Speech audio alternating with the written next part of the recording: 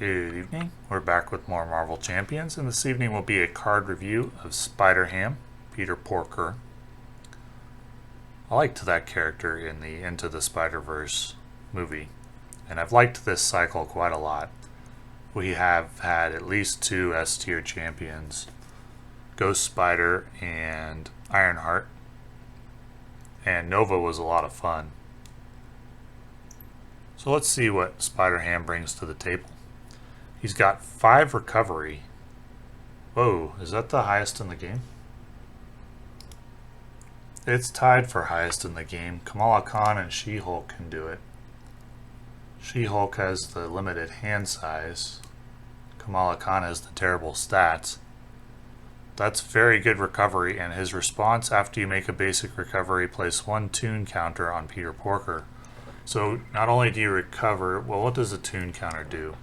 Hand size 6, hit points 12. Spider-Ham, 2 thwart, 1 attack, 1 defense. Well, those stats are pretty weak. I mentioned in another review that if you're going to have weak stats, to get to S tier, you have to really ramp up hard. Iron Man is the only other hero that does that has weak stats but ramps up to S tier, and that's because of his 7 hand size. Gives him really, really good economy. Resource generation, and then he also has all of his upgrades. So let's see what Spider-Ham brings. Each toon counter on Spider-Ham can be spent as if it were a wild resource. Okay, so every time you heal, you get 5 recovery and you get a resource. That's pretty good. That's one of the only alter ego powers that I would say is actually worth flipping to alter ego for. You get efficient healing and a resource. After Spider-Ham takes any amount of damage, place 1 toon counter on him. Whoa. That's the best hero power in the game. I don't think it's close. There's all kinds of ways that villains have of dealing 1 damage to you. Retaliate villains are a major problem. They won't be with Spider-Ham, because every time you take a retaliate damage, you'll generate a counter that you can use to get an ally out to jump block or do whatever his cards are trying to do. He already looks like he's going to make up for those weak stats with that really, really powerful resource generation and the strong healing. Let's take a look at his cards. Captain Americat is his ally, 3-cost ally, 2 thwart, 2 attack, 3 health. After Captain Americat enters play, give someone a high 5. Place 1 toon counter on your identity and shuffle 1 Spider-Ham card from your discard pile into your deck. I don't put much value on the shuffling a Spider-Ham card from your discard pile into your deck, but placing a toon counter, which you can use as a resource, basically means this ally costs 2 instead of 3. And at 2, he's quite good. He's not exceptional, but he's above average for a hero-specific ally. And hero-specific allies in general are above average as far as allies go. So he's quite good. He'll get played a lot, quite often. It's pretty good. He's not quite at the level of like Peter Parker, who I always think of as Peter B. Parker. But he's up there. So not going to be a card you'll be sad to see. And above average for a hero-specific ally. Ham it up, 0-cost event, remove 1 threat from a scheme for each toon counter on Spider-Ham. Well, as long as you got 2 on there, it's pretty decent. Any more than that, and it's really good. That adds an interesting dynamic in terms of managing your toon counters. We'll see if there are other cards that have more power the more toon counters are on there, but generally you're going to want to spend those toon counters as a resource. This is a good card. Get 2 of them. Hogwashed, 1-cost event, remove 1 toon counter from Spider-Ham. Loudly read this card's flavor text. Choose to either deal 5 damage to a minion or remove 5 threat from a side scheme. It's not that efficient. Unless you have an overabundance of toon counters and you don't really have a use for them, like you have so many resources that you have no other cards to play. Otherwise, this card's going to get thrown away a lot to probably pay for like minions or things like that, or other hero cards. Because the cost of one cost plus the tune counter, which is basically another resource, is pretty expensive for 5 damage or for 5 threat, and it can only be used on a minion or a side scheme, not a villain or a main scheme. So this will have its niche uses, but a lot of times it'll get thrown away to pay for other things. I don't think so. One cost event, when you reveal a card from the encounter deck, remove 1 tune counter from Spider-Ham. Say I don't think so in your best Spider-Ham voice, cancel the effects of that card and discard it. Okay, that's overcosted compared to other heroes who have a card that does this. Doctor Strange has one, Spider-Man has one. And theirs only costs 1. They don't have to spend one of their generated resources as well. So, again, a lot of times this card will get thrown away. It's too expensive. Hogwashed is too expensive. Ham It Up is good situationally if you have the tune counters. So it seems they're compensating for the hero's incredible resource generation by making his cards more expensive. How big a deal is that going to be? Well, we'll have to see what all of his cards are. Petulant Pig is a 0 cost event. Stick your tongue out at the villain. The villain attacks you, draw 3 cards. Okay. Well, let's say he attacks you for 4. Which is probably like the average villain attack. The harder ones are going to attack for more. You generate a resource. You draw 3 cards. This is a good card. It's very good value. You could get attacked for as much as probably 5 and this would still be good. If you took 5 damage, this would still be pretty good. Any more than that, and it's probably not good. If you can use an ally to chump block, that's pretty good. This will, combined with the resource generation of Spider-Ham, this card will give you some really, really big turns. Like if you draw this in your opening hand, you're going to get set up so fast. It's got 2 of those. This is a very good card. Ham It Up was good. I don't think so. And Hogwashed were not that good. You only get 1 of each. Petulant Pig and Ham It Up are really good though. Swinging Web Pig, 3 cost event, deals 6 damage to an enemy. Confuse that enemy. Okay, so it's Heroic Strike, but you confuse instead of stun. But that will help him switch to Alter Ego and take advantage of his very strong recovery. So I like it. It's fine. It's above average. Nothing exceptional, but it's good. This will get played a lot. So it doesn't look like every card in the hero pack is overcosted, certainly. 3 of them have been good value.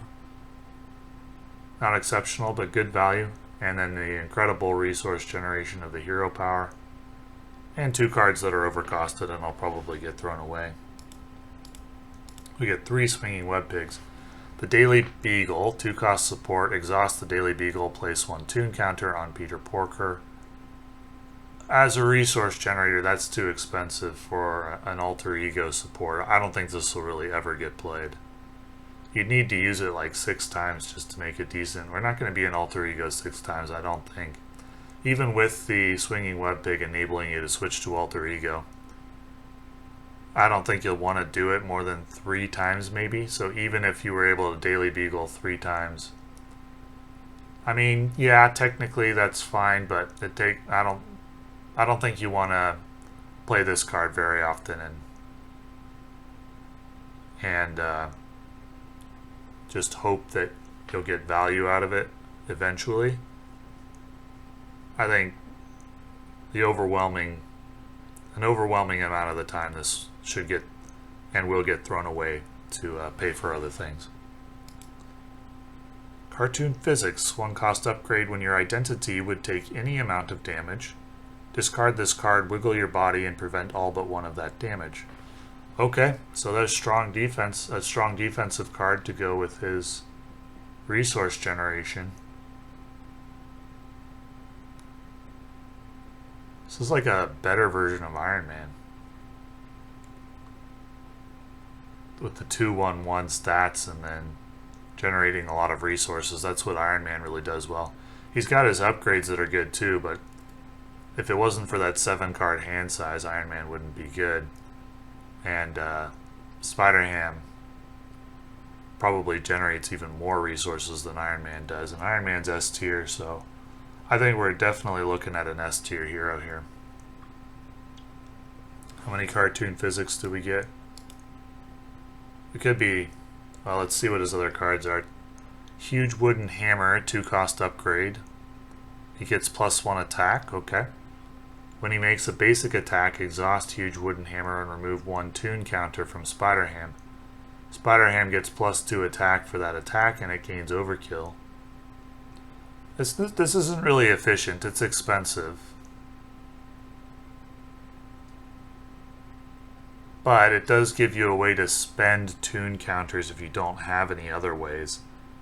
And in certain scenarios, you probably will have an overabundance of resources because there's scenarios that like to deal 1 damage to you. I think there'll be situations where you actually want to leave a 1 damage minion on the board so it just keeps generating resources for you.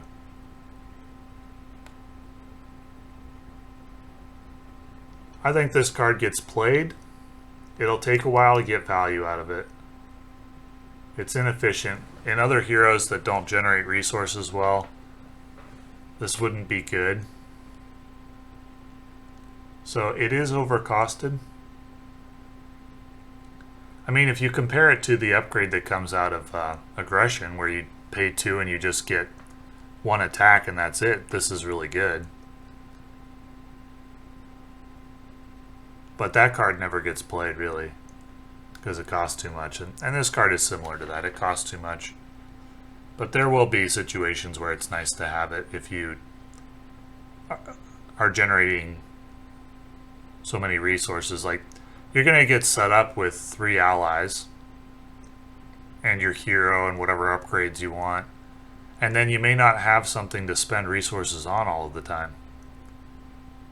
And so Huge Wooden Hammer gives you a way to use overflow resources.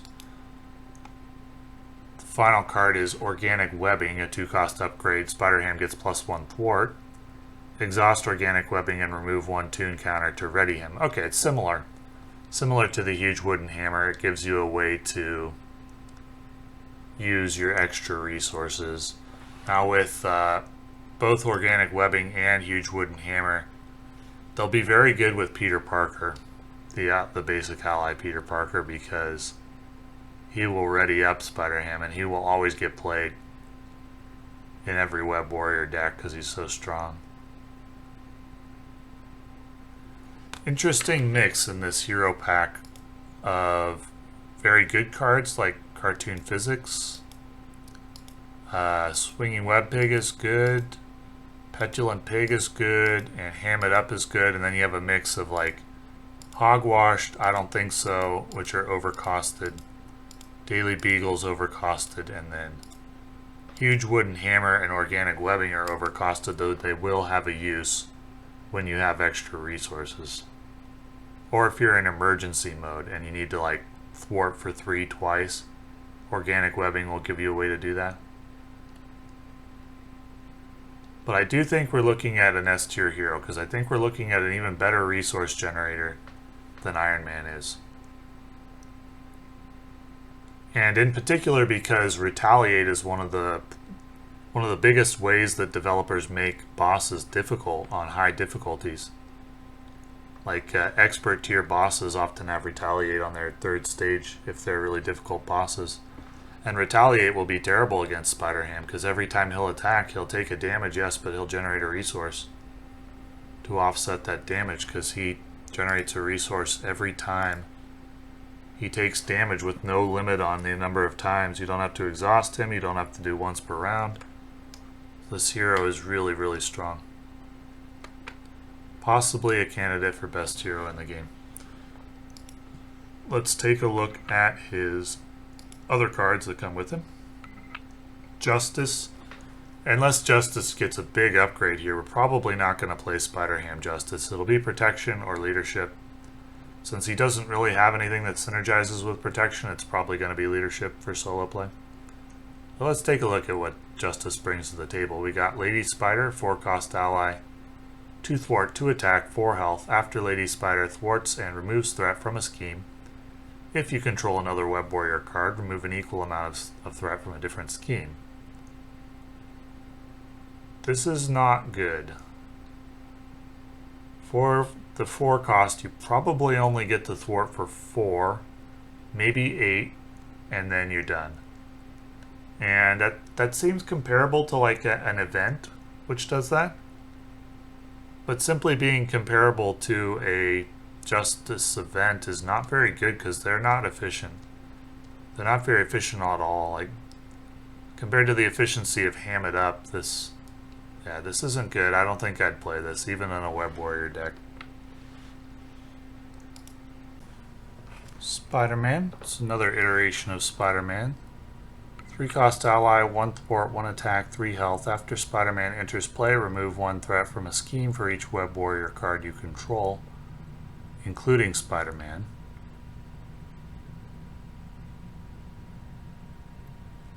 Okay, well, you probably would need 4 threat removal to make this decent. So you'd need to control 3 Web Warrior cards and Spider-Man. That's hard to set up. Anything less than that, if you controlled only 3 Web Warrior cards or 2, it's never going to be less than 2. So I guess it's never terrible. It's always going to be decent at least. I'd probably run this in a Web Warriors Justice deck, but not expect too much from it. It's never going to be exceptional, but you can get decent value out of it. At least up to the level of the average hero-specific ally, or something like that. Even the odds, 2-cost event requirement, lightning resource. Remove 1 threat per player from each side scheme. Deal 1 damage to the villain for each side scheme defeated this way. That's a very multiplayer focused card. Scales up for the number of players, but the cost of it doesn't scale up or down. In solo, you get almost no value for this. It's pretty terrible. In a 4-player game, remove 4 threat from each side scheme. Yeah, that could be good. If you had 2, it's exceptional. 2 side schemes out is exceptional, and that'll happen sometimes in 4-player. If you just have 1 side scheme out,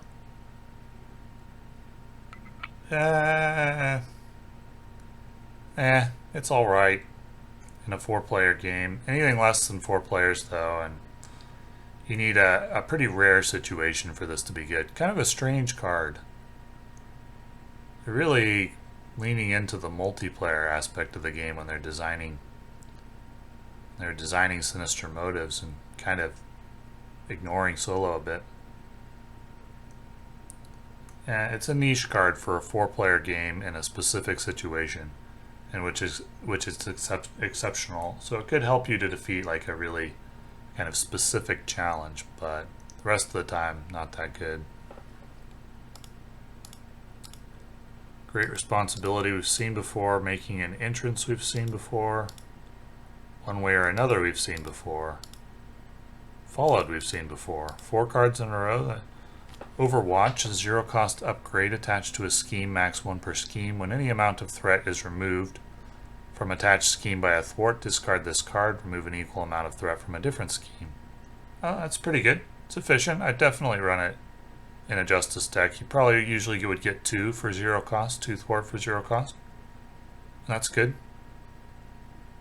You could potentially get even more sometimes if you combo it with another card. Yeah, I like it. Definitely would run it in a Justice deck. Then we got basic cards. Scarlet Spider, 4-cost ally, 1 thwart to attack. 4 health, play only if you control a Web Warrior card. When you would reveal an encounter card, name a card type, then look at that card. If that card is of the named type, deal 1 damage to Scarlet Spider and draw 1 card. Okay. Let's see. Yeah, you get good value from this card. Not exceptional, but pretty good value. Draw 3 cards, use them as a chump blocker. Could take a while for that to go off, but definitely worth an include in a Web Warrior deck. I like it. SPDR. 2-cost ally, 2 thwart, 1 attack, 2 health. Play only if you control a Web Warrior card. Add SPDR to your hand if she was defeated by taking excess consequential damage. So this gives you something to do with extra resources, but it is inefficient for its cost. So I've said in the past that I don't really like cards that you can replay over and over but are always mediocre, and this would fall in that category. So I probably wouldn't run this in a Web Warrior deck. It doesn't fit my playstyle really. Pretty much, yeah, every card that I've seen where it gives you the option of playing it over and over, but always the power it provides for its cost is mediocre. I am not a fan of. Team building exercise we've seen before. Web of Life and Destiny we've seen before. That's a lot of cards that we've seen before.